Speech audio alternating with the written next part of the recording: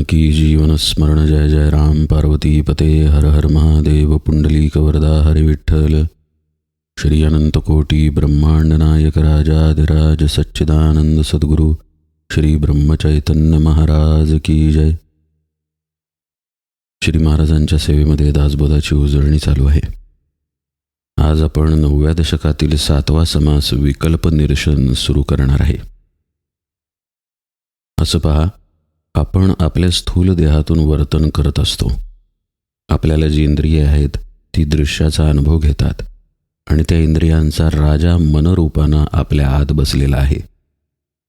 आतमध्ये जे आहे अंतःकरण पंचक, मन चित्त बुद्धी अहंकार आणि अंतःकरण, याद्वारे सगळा खेळ खेळला जातो। आता इथे हालचाल आहे आणि ती हालचाल स्थूल इंद्रियांमधून बाहेर येते। 2 स्थिती आहेत परमार्थामध्ये, एक अज्ञानी स्थिती आहे आणि एक ज्ञानी स्थिती आहे। अर्थातच विज्ञान स्थिती ही आहेच परब्रह्मस्थिती, पण मुख्यतः या 2 स्थितींमधून कार्य घडताना दिसून येतं। एक ज्ञान स्थिती आहे जो मी ओळखून आहे आणि एक अज्ञान स्थिती आहे ज्याला मी माहीत नाही। हा मी जाणून घेण्यासाठी सद्गुरूंकडे आपण जायचं असतं। त्यामुळं सद्गुरू वचनावरती विश्वास ठेवून पहिल्यांदा ते सांगतात त्या पद्धतीनं साधना करणं आवश्यक आहे। आपण कोण आहोत हे न कळता जर आपण प्रश्न विचारत राहिलो तर त्या प्रश्नांना सीमा असणार नाही। पूर्वी आपण एक गोष्ट पाहिली आहे पहा निरूपणात। एक झाड होतं, झाडाखाली एक साधू तपश्चर्या करत होता किंवा ध्यानाला बसला होता। एक मनुष्य त्याच्या दर्शनाला आला आणि म्हणाला, साधू महाराज, आपण ज्या झाडाखाली बसलेले आहात ते झाड कुठून आलं? आपण कुठून आला? ही सगळी सृष्टी काय आहे, कुठून आली? साधू महाराज त्या माणसाला म्हणाले, हे प्रश्न कोणाला पडलेले आहेत? तो म्हणाला, मला. मग हा कोण आहे म्हणाले ज्याला प्रश्न पडले? याचं उत्तर त्या व्यक्तीकडे नव्हतं। इथे खूप मोठी गोम आहे, इथे खूप मोठा तिढा पडलेला आहे। आपल्याला प्रश्न पडतात, पण ज्याच्या सत्तेवरती पडतात त्यालाच आपण ओळखत नाही, अशातला प्रकार झालेला आहे। असं पहा, आपण जे पाहतो त्याबद्दलचे प्रश्न विचारतो हे तर उघडच आहे।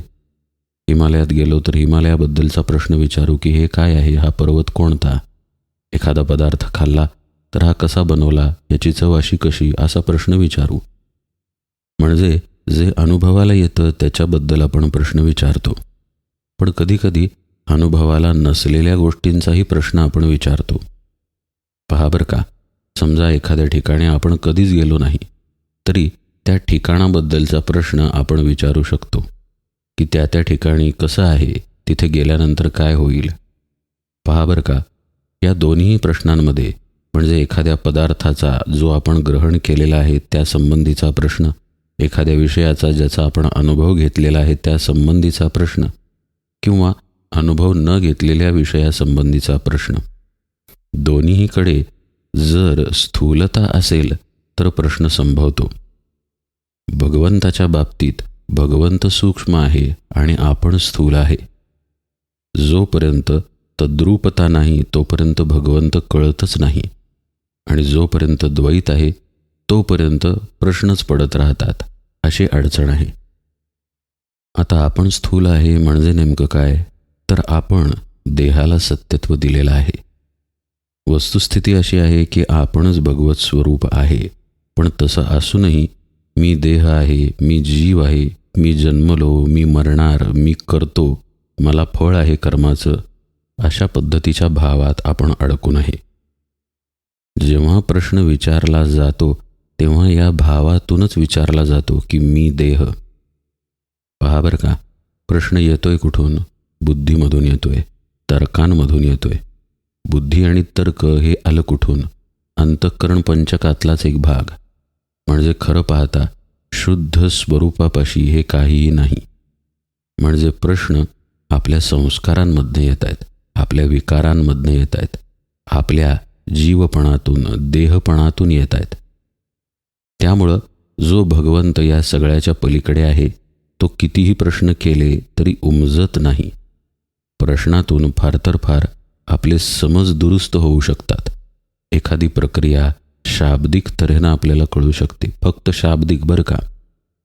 पण जोपर्यंत ती प्रत्यक्षात उतरवली जात नाही तोपर्यंत आपला लय होऊ शकत नाही. असं पहा, इंद्रियांचे 2 प्रकार आहेत, स्थूल आणि सूक्ष्म. हे जसं आपण मगाशी पाहिलं तसंच आधी काय घडतं आणि नंतर काय घडतं याचाही फरक आहे. पहा, आपल्या मनात सूक्ष्म विचार येतो की निरूपण ऐकूया, आणि आत्ता आपण निरूपण श्रवणाला सुरुवात केली आहे. आता जे श्रवण घडत आहे ते कानांमधून आत जाते, बुद्धीमध्ये समजून घेतलं जाते, इंद्रियांचाच वापर होतोय. पण जेव्हा प्रत्यक्ष कर्म नव्हतं तेव्हा मात्र फक्त सूक्ष्मात विचार होता मनामध्ये की आता निरूपण ऐकूया. तेव्हा मनाच्या पातळीवरती विचाराचं कर्म घडलं आणि मग स्थूल इंद्रिय ते निरूपण ऐकण्यासाठी सरसावली. पण जे क्रम ठरलेला आहे, सूक्ष्मातून आपण स्थूळामध्ये येतो. मागच्या समासात आपण पंचमहाभूतांचा, प्रकृतीचा सगळा विस्तार पाहिला. परब्रह्मामध्ये मूळ मायेचं स्फुरण, मूळ मायेमध्ये गुणमायेचं स्फुरण, मूळ माया गुणमाया याच्यानंतर त्रिगुण, पंचमहाभूते असा सगळा विस्तार. आता पंचमहाभूते आकार धारण करतात जाणीव रूप झाल्यानंतर इतक्या सूक्ष्मात जाऊन आपण पाहिलं. आता हा दिसणारा समोरचा आकार किंवा आपण आपल्याला देह म्हणून पाहणं, हे सगळं काही पंचमहाभूतात्मक मायेच्या विस्तारात येतं. पण पहा, याचं मूळ कुठंपर्यंत गेलं? समर्थांच्याच उपदेशानुसार मूळ मायेपर्यंत गेलं. म्हणजे ते स्फुरण आधी आहे आणि मग सगळा विस्तार झालेला आहे. आता शिष्याचा प्रश्न पहा. शिष्य म्हणतो, आधी स्थूळ आहे एक, तरी मग अंतःकरण पंचक, जाणतेपणाचा विवेक स्थूळाकरिता. या प्रश्नातच गडबड आहे बरं का. श्रोता काय विचारतोय?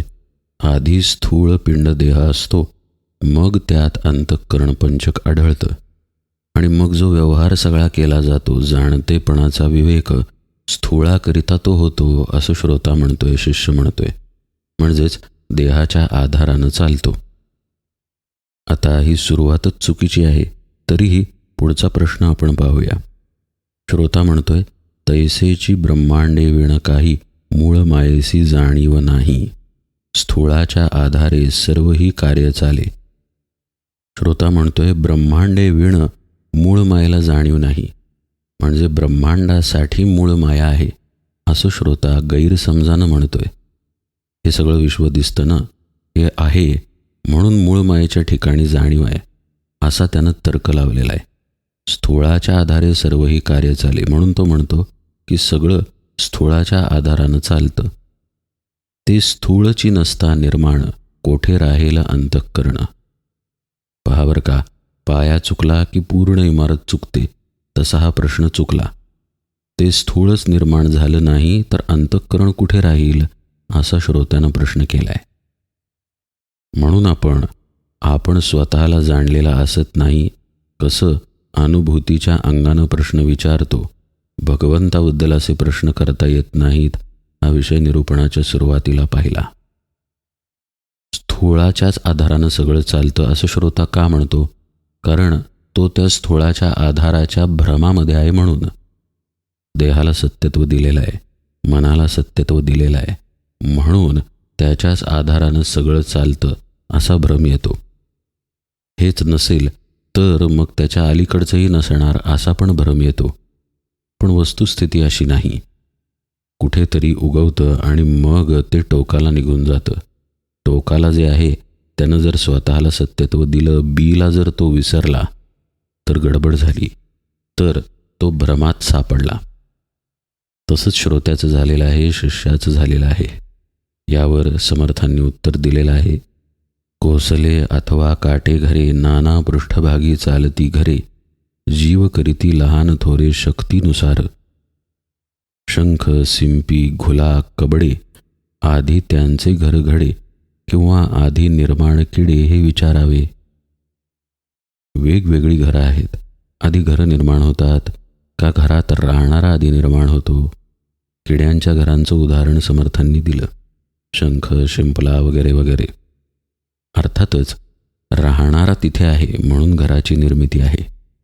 आपल्याच घराकडे पाहणं आपणच नसतो तर घर कसं झालं असतं. पण आपल्या स्थूलत्वाला महत्त्व दिलं तर आपण भ्रमात सापडू. तिथला सूक्ष्म विचार पाहणं गरजेचं आहे. जसं आपण राहणारे आहे म्हणून घराला सत्यत्व येतं, तसंच देहामध्ये जाणीव आहे म्हणून देहाला सत्यत्व येतं. म्हणजे जाणीव महत्त्वाची आहे, ती आधी आहे आणि मग देह आलेला आहे. आधी प्राणी ते होती मग घरे निर्माण करीती, हे तो प्रत्यक्ष प्रचिती सांगणे न लगे. तैसे आधी सूक्ष्म जाण मग स्थूळ होते निर्माण, येणे दृष्टांते प्रश्न फिटला श्रोतयांचा. समर्थ म्हणतात त्याच पद्धतीनं आधी सूक्ष्म होतं आणि मग स्थूळ निर्माण होतं. श्रोत्यानं प्रश्न विचारतानाच सुरुवात केली होती, आधी स्थूळ आहे एक, तरी मग अंतःकरण पंचक जाणतेपणाचा विवेक स्थूळाकरिता. बरोबर उलट करून श्रोत्यानं प्रश्न विचारलेला. आता समर्थांनी दिलेल्या उत्तराकडं थोडं सूक्ष्मतेनं आपण पाहूया. हे आपण आहोत म्हणून आपला देह आहे, हे म्हणजे अंतःकरण पंचकाच्या रूपानं सूक्ष्मतेनं आपण आहोत म्हणून आपला देह आहे. आता हे सुद्धा खरं आपलं असणं नाही. आपलं खरं अस्तित्व या अंतःकरणाच्याही पलीकडे आहे. पण देहबुद्धी आपण म्हणतो म्हणजे काय? ती या अंतःकरणामध्येच दृढ आहे. मनानं धरली आहे, बुद्धीनं धरलेली आहे म्हणून तर दृढ आहे. म्हणजे हे दृढत्व आपल्यापाशी राहतं. देह बदलत गेला तरी हे अंतःकरण पंचक कुठेही जात नाही. यालाच वासनात्मक देह किंवा लिंग देह किंवा सूक्ष्म देह म्हणतात. जन्म घेणे लागे वासनेच्या संगे. पुन्हा पुन्हा जन्म या वासनांमुळेच येतो. जसं की आत्ता काही आजार आहे, एखादा पदार्थ खाता येत नाही, पण आजार शरीराला असतो, आजार देहातल्या एखाद्या इंद्रियाला असतो. त्यामुळं आपण तो पदार्थ खाऊ शकत नाही. पण मन त्या पदार्थाचं चिंतन करू शकतं. म्हणजे प्रत्यक्ष स्थूल देह जरी एखादी वासना भोगत नसेल तरी मन ती वासना भोगू शकतं. म्हणूनच मन, तिथली वासना, आपलं चित्त तसंच राहतं, तो संस्कार तसाच राहतो. देह पडला तर तो संस्कार पुन्हा जन्म घेतो. म्हणून ते अंतःकरण लय करण्याचा अभ्यास साधकानं करणं गरजेचं आहे. तरी श्रोत्यानं पुढं विचारलंच आहे पहा.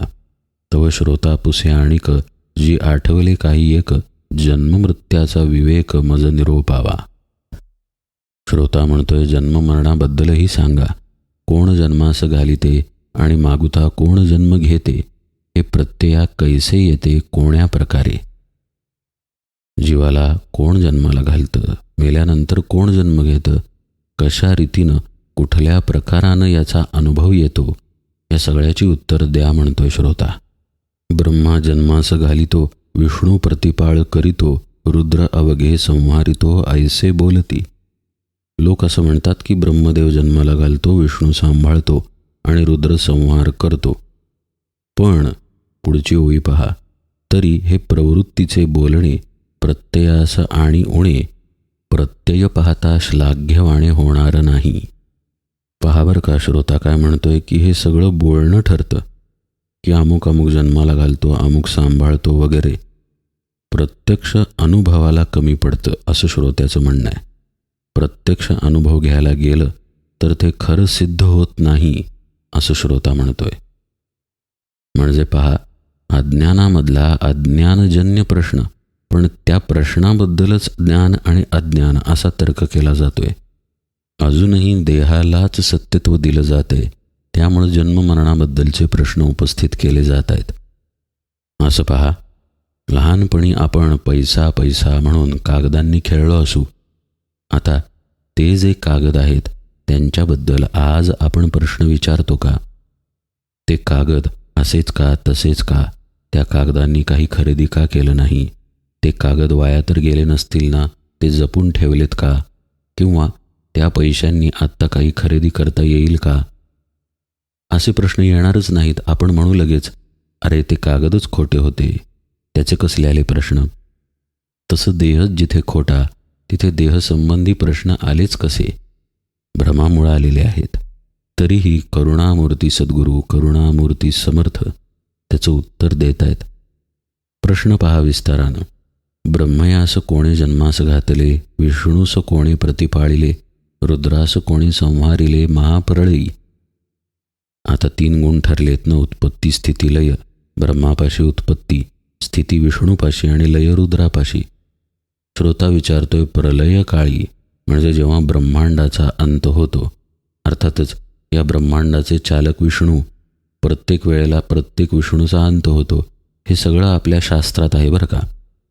मग असं झाल्यानंतर ब्रह्माला कोण परत जन्माला घालतो? विष्णू जो सांभाळतोय त्या विष्णूला सांभाळणारा कोण आहे? लय करणारा रुद्र आहे, तर त्या रुद्राचा लय कोण करतो? आता पहा बरं का, याचं एखादं उत्तर दिलं तरीसुद्धा तिथं पुन्हा प्रश्न तयारच राहील की याचा लय कोण करतो किंवा याचा सांभाळ कोण. म्हणजेच हे पाहायला पाहिजे की ब्रह्मा विष्णू रुद्र असोत, नाहीतर हे ब्रह्मांड असो, अनंत ब्रह्मांडे असोत, हे सगळं प्रचितीला येतंय का, आणि येत असेल तर कोण याची प्रचिती घेतोय. म्हणजेच द्वैत आहे, पाहणारा शिल्लक आहे, म्हणून याच्याबद्दलचे प्रश्न. मूलतः तिथे विष्णू नाही, रुद्र नाही, ब्रह्मा नाही, ब्रह्मांड नाही, काहीही नाही. पण ज्याला भासत आहे, ज्याला तो भाव आहे, त्याच्या दृष्टीनं आलेले हे प्रश्न आहेत. इथं प्रश्नाचा विस्तार थांबलेला नाही बरं का. श्रोता काय म्हणतोय आपण नीट समजून घेऊया. श्रोता म्हणतोय, म्हणून हा सृष्टीभाव अवघा मायेचा स्वभाव, करता म्हणून निर्गुण देव, तरी तो निर्विकारी. पहा बरं का, पारमार्थिक वैदांतिकच तत्त्वज्ञान प्रश्नामध्ये वापरलेलं आहे. हा सगळा मायेचा पसारा आहे, हे आता त्यानं मान्य केलं श्रोत्यानं. पण करता देव आहे हेही मान्य केलं. पण देवाचा गुणधर्म सांगितला की देव निर्गुण आहे, निर्विकार आहे. मग तो करेल कसं काही, कारण तो तर विकाररहित आहे. मग श्रोता पुढं म्हणतो, म्हणावे माया जन्मास घाली तरी ते आपणची विस्तारली. म्हणजे देव जर निर्विकार असेल तर तो तर निर्माण करणार नाही. मग माया निर्माण करते असं म्हणायला गेलं तर श्रोता म्हणतोय, माया स्वतःच विस्तार पावलेली आहे आणि ती मायासुद्धा टिकत नाही आणि विचारिता थारली हेही घडेना. मग आता जन्मते तो कोण, कैसी त्याची ओळखणं आणि संचेताचे लक्षण तेही निरोपावे. पुण्याचे कैसे रूप आणि पापाचे कैसे स्वरूप, याही शब्दाचा आक्षेप कोण करता. हे काहीच न ये अनुमाना, म्हणती जन्म घेते वासना, परी ते पाहता दिसेना, ना धरिता न ये. सगळा प्रश्नाचा विस्तार करतोय श्रोता. तो म्हणतोय, माया आपली आपली विस्तारली आहे, तर मग आता निश्चितपणे तीही करत नसेल तर मग जन्माला येतो तो कोण असतो, त्याची ओळख कशी करायची, संचिताचं काय लक्षण, हे सगळं मला सांगा. इतकंच नाही, पुण्याचं पापाचं स्वरूप सांगा, असं श्रोता म्हणतोय. पुढं पहा तो काय म्हणतोय, हेही काहीच नाही आहे अनुमाना, म्हणजे याबद्दल निश्चित काही ठरवताच येत नाही. कोण जन्माला येतं, कोण आहे, संचित काय, वगैरे वगैरे. काही लोक म्हणतात की वासना जन्म घेते, म्हणती जन्म घेते वासना, पण ती तरी कुठे दिसते, तीही दिसत नाही, ओळखीला येत नाही. वासना, कामना आणि कल्पना, हेतू, भावना, मती नाना, आयशा अनंत वृत्ती जाणा, अंतःकरण पंचकाच्या. असो हे अवघे जाणीव यंत्र, जाणीव म्हणजे स्मरण मात्र, त्या स्मरणास जन्मसूत्र कैसे लागे. वासना, कामना, कल्पना, हेतू, भावना, अनेक तर्क वापरले, अनेक शब्द वापरले तरी ते सगळं अंतःकरणातच येतं. श्रोता म्हणतोय, जाणीवेच्या ठिकाणी सगळं मूळ जर सापडत असेल तर त्या जाणीवेला मीपणा कसा काय आला. जाणीव म्हणजे स्मरण मात्र, त्या स्मरणास जन्मसूत्र कैसे लागले.